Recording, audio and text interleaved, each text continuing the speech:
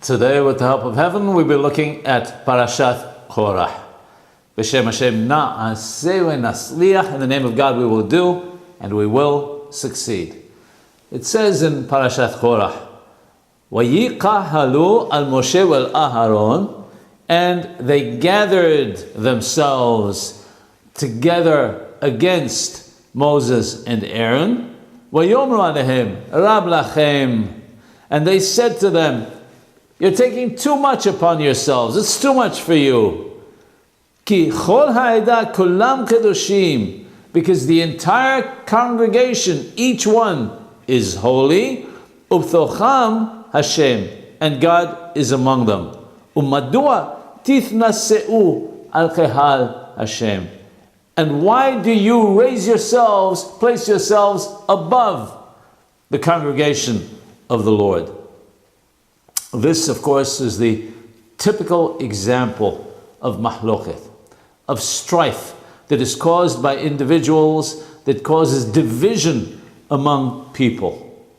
And mahloket, strife, comes for different reasons.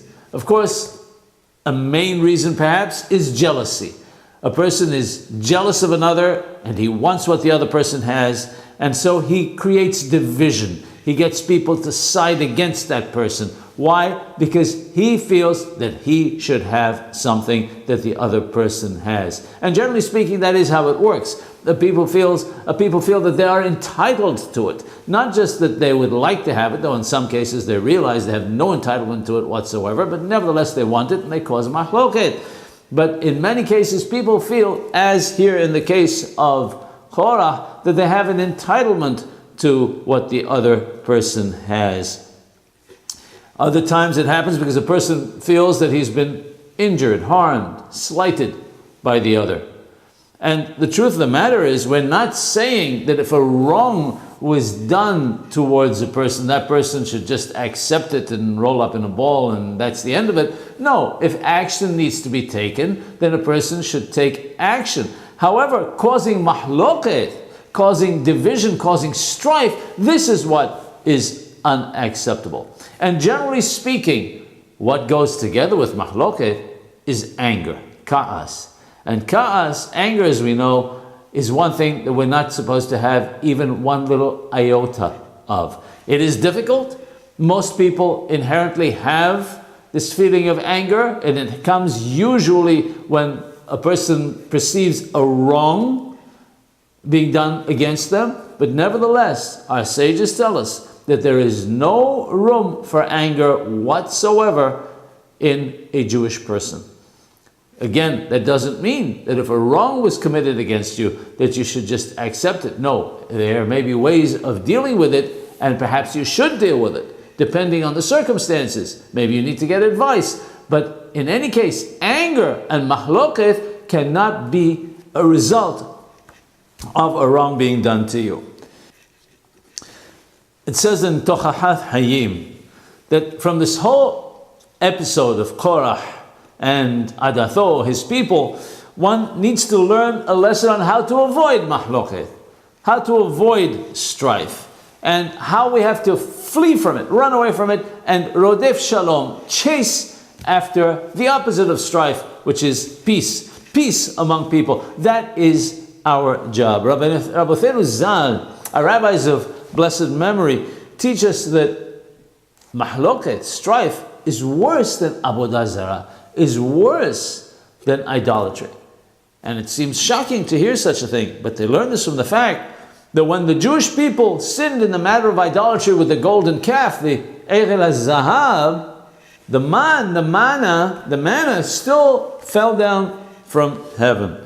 However, at the time of Korach, the man did not fall. The manna did not fall. We're told that one mahloket, one causing of strife, pushes away 100 livelihoods. And manna is the symbol of livelihood, bread from heaven, and it didn't fall.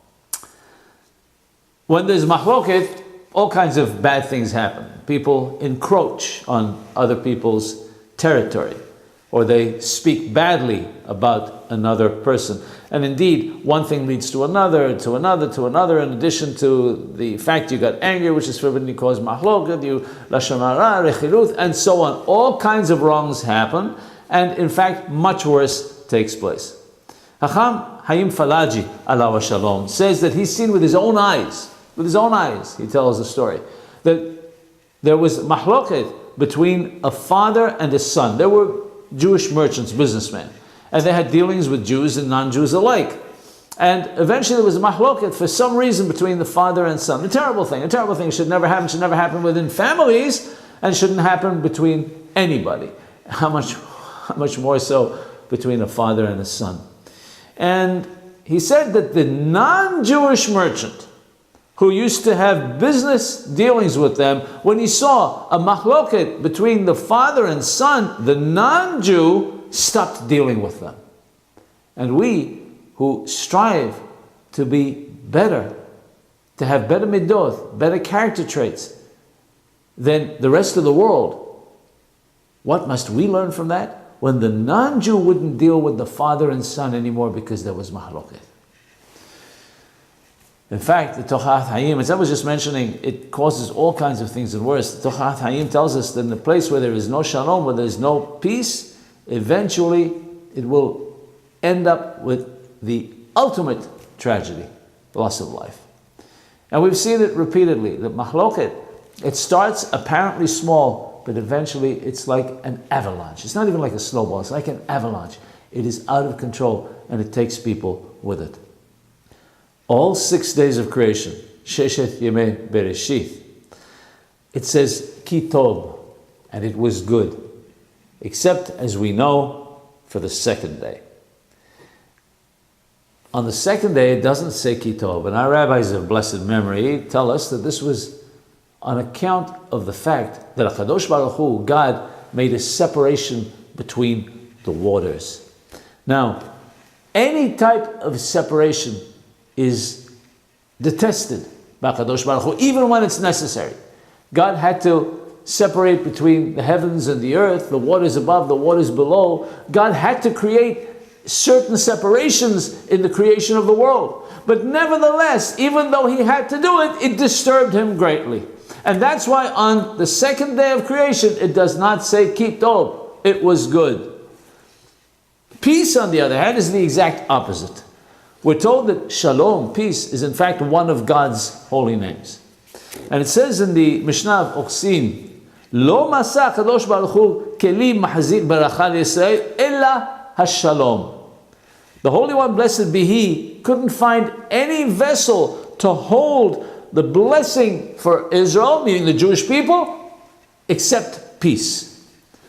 So speaking about this, the Shevet Musar adds, quoting the Menorat HaMa'or, that if a person really wishes to rodef shalom, run after peace, chase after peace, peace is the goal that he's desiring and searching after, he has to distance himself from anything which might cause mahloket, strife, argument. That's the number one rule. You want peace? Number one. Before you go looking for peace and you know how wonderful the world can be, separate yourself from any kind of dispute and argument. And the most serious situation that one must endeavor to keep clear of, as I mentioned earlier, is anger.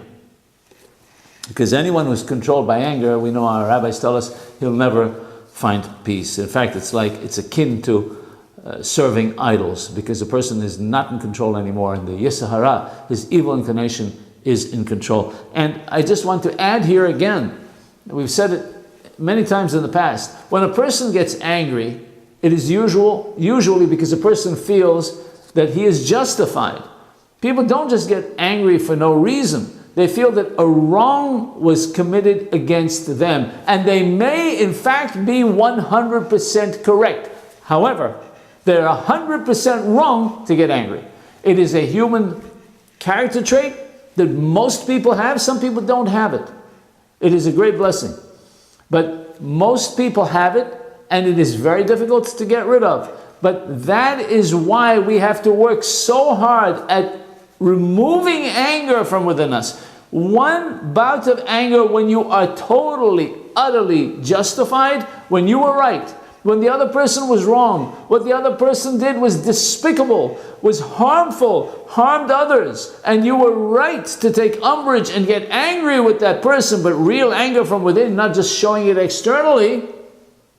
That one bout of anger could damage things, relationships, and your whole purpose in why you got angry. It could damage for the rest of your life, and perhaps after your life goes up to heaven. That is something we have to remember. Anger is the domain of the Yetzer Hara. Anger is what the Yetzer Hara wants us to feel, because then it's like we are serving idols. We're serving what the Yetzer Hara tells us to do, which is something very, very harmful. And that is what causes strife. That is what causes mahloket, feeling anger. If there, I repeat, is something that needs to be rectified, rectify it, but without anger. So, the Shevet Musar tells us that a person should accept insults or injustices without getting angry. Again, I reiterate, that doesn't mean that you shouldn't act appropriately to protect yourself, protect others, your possessions. But one must do it all without anger. And he says that one must do so even if it means going against one's nature, and one must find it in oneself to forgive the other person. And when we say, well, why should I? Well, HaKadosh Baruch Hu forgives us when we sin against Him. At least we hope He does. Because otherwise we wouldn't be able to survive one moment on this earth. So if HaKadosh Baruch Hu, the Holy One, blessed be He, is going to forgive us for great transgressions, then another human being towards us, we have no right to have hakpadah, to feel in our hearts that under no circumstances are we going to forgive them. You know, again, it's all down to an injustice was done to me. And that is what makes it the most difficult. And that's why we usually get angry. And this feeling that the other person wronged us and we're the injured party is a very bad feeling, because this is what causes all kinds of ill will towards others, which of course then lead to anger, mahloket, and all the other bad things, which in turn lead to terrible things, including the ultimate one, which we just spoke about, that it even leads to death. I want to tell you a story, a true story that Hacham Ben Sion Abba Shaul Alav Shalom wrote. And he tells a story about Hacham Tzedakah Hussein. In addition to being a very great and revered Hacham, Hacham Tzedakah Hussein Alav Shalom was also a mohel. He performed circumcisions. Now, there's a story about him that in his later years, when he was elderly, he was approached by some people to do a milah on Shabbat. The milah was to take place on Shabbat in the Talpiot area of Yerushalayim, of Jerusalem. A good 2-hour walk from where he was, because on Shabbat, I suppose he would finish his tefillah, his prayer in the morning, and then walk 2 hours. That was the plan, to perform this milah. Erev Shabbat, on Friday, he takes all the instruments that he needs for performing the milah, so they'll be there, and he won't have to carry them on Shabbat. And he took them to Talpiot and kept them at the place where the milah was supposed to take place. Shabbat morning comes, he walks. Now, I don't know what time of the year it was, but Yerushalayim is often very, very hot. And he's an old man, he's elderly, he's a great Hacham. I'm sure he didn't have the strength, for sure he didn't have the strength of a young man. Nevertheless, he went to do this muswah, this very important muswah. Finally, after a 2-hour walk, Hacham Tzedakah Hussein arrives at the place, whether it was the house, the hall, a synagogue, I don't know. But he arrived at the place where the milah was to be held.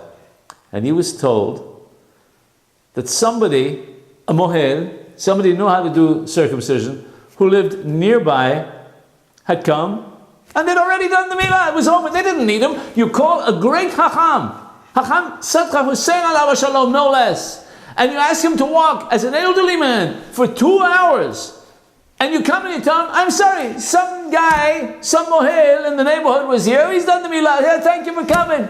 Maybe, would you like a piece of cake? I'm sure they offered him a piece of cake. how would you have felt? You're an important Hacham.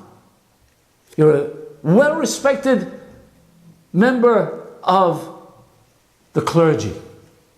You've done so much good for mankind. You're elderly. Just the fact that you're elderly means that you need to be respected. You were asked to walk for 2 hours, possibly in great heat. Certainly with difficulty. For an old person to walk 2 hours, for a young person to walk 2 hours is too much sometimes. But for an old person? And the day before he came and he checked and he no doubt looked at the baby. He did everything he had to do. And he comes 2 hours later tired, and you tell him that somebody in the area has already done the milah? How do you think he felt? When relating this story to Hacham ben Sion Abba Shaul alav shalom, said to him, believe me, I didn't feel one iota of anger whatsoever. Not one iota of anger. Hacham ben Sion Abba Shaul alav shalom comments that despite his old age and the great effort that he had to make to go to this faraway place, he felt no anger whatsoever.